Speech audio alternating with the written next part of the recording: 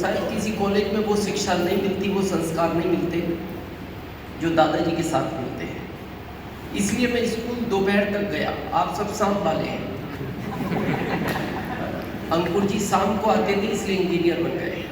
मैं इंटरवल में भाग आता था क्योंकि मैं अपने दादाजी के साथ ज़्यादा रहा। तो मेरे दादाजी मेरे को दो बात हमेशा बोलते थे। पहली, जिंदगी में कभी झूठ नहीं बोलना, हमेशा सच बोलना। परेशानियां आएंगी लेकिन जीत तुम्हारी होगी। तो मैं पूछता था वो जीत कब होगी? बोले ये मेरे को नहीं पता।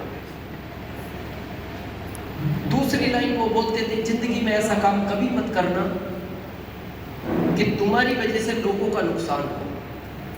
हमेशा ऐसा काम करना कि तुम्हारी वजह से लोगों को ज्यादा फायदा हो। उसमें भी परेशानियां आएंगी लेकिन जीत तुम्हारी होगी। कब होगी? बोले ये भी मेरे को नहीं पता। और ये बात कहते कहते वो इस दुनिया से चले गए। मेरे परिवार में आज भी मेरे अलावा कोई सच नहीं बोलता। ये बात भी सच है। अब वो नहीं बोलता। ना मेरे तीनों भाई, ना मेरे पिताजी, कोई नहीं बोलता क्योंकि उनमें से कोई मेरे दादाजी के साथ रहा नहीं। मैं रहा, मैं बोलता हूँ और 99% कोशिश करता हूँ केवल झूठ वहाँ बोलता हूँ जहाँ मेरी वजह से किसी की जान बच रही हो या किसी गरीब बच्ची की शादी हो रही है। ऐसा नहीं कि मैं 100% ही सच बोलता हूँ, लेकिन 99 कोशिश करता हूँ। उस सच के साथ मैंने जीवन में बहुत संघर्ष किया। या कितने लोग सच बोलना पसंद करते हैं? हाँ, पसंद में तो क्या समस्या है। अच्छा, यहाँ ऐसे कितने व्यक्ति हैं जो सुबह से शाम तक हर बात पे सच बोलते हैं? लाइन ध्यान से सुनना। सुबह से शाम तक हर बात पर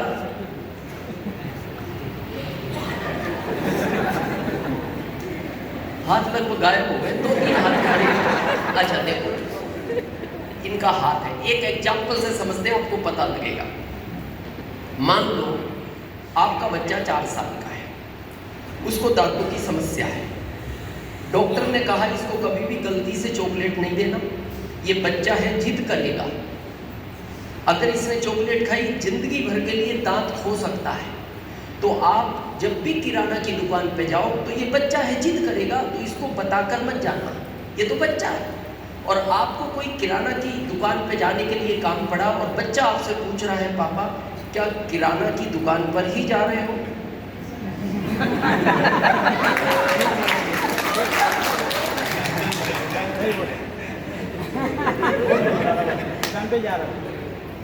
मतलब उसके दांत चले जाए? वो जाएंगे, डॉक्टर है। मतलब रियल, मतलब ये प्रैक्टिकल है बात। चाहते हम सब हैं,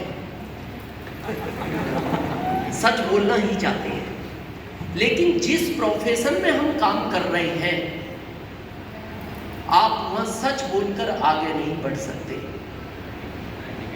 बढ़ ही नहीं सकते, क्योंकि वो काम ही ऐसे है, वहां मजबूरी है, इच्छा नहीं है। देखो थोड़ा समझते हैं। आपकी किराना की दुकान है, आपने 20 लाख रुपया लगा रखा है। कितना? 20 लाख। तो जो प्रोडक्ट आप 100 में खरीद कर लाए हो, इसको 120 में बेचोगे या नहीं? तो ये बात ग्राहक को बता सकते हैं? नहीं।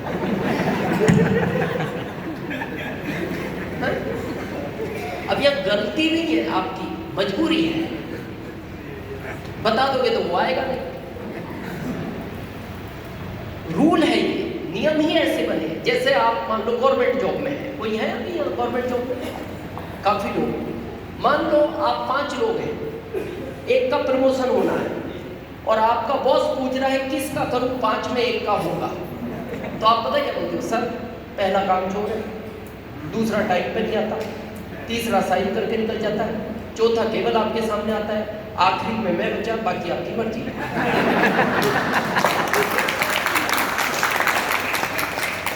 क्योंकि आपको अपना कराना है तो 4 की बुराई करना पड़ेगा। गलती नहीं है, मजबूरी है। जैसे वकील का प्रोफेसर किस चीज का? वो प्रोफेशन ही झूठ का है, और उसमें जितना अच्छा झूठ बोल सकते उतना बड़ा पैसा। राम जेठमलानी जी को कितने लोग जानते हैं? भारत के टॉप 10 वकील में नाम आता है। आपको पता है उनकी काउंसलिंग फीस कितनी है? केस लड़ना बात की बात है, केवल एक काउंसलिंग करनी है कि मैं आपसे ये केस लड़वाना चाहता हूं, 10 लाख। 10 लाख फीस है केवल मिलने की।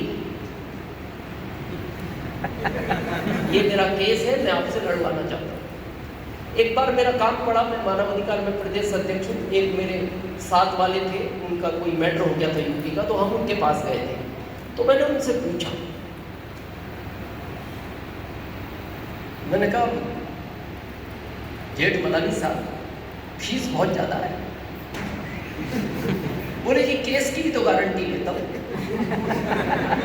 ये केस जीतेंगे। केस थोड़ा डिफिकल्ट था।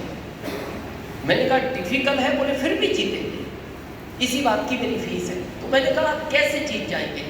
तो उन्होंने जो जवाब दिया, बोले मैं इतनी सफाई से झूठ बोलता हूं कि जज भी मेरी बात जज नहीं कर पाता।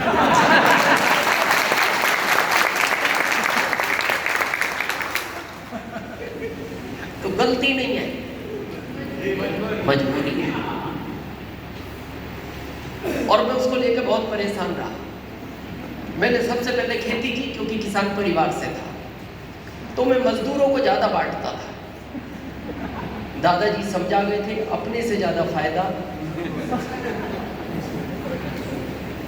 अपने साथ वाले को होना चाहिए। तो मैं बड़ा परेशान रहा। तो मेरे कजिन ब्रदर है,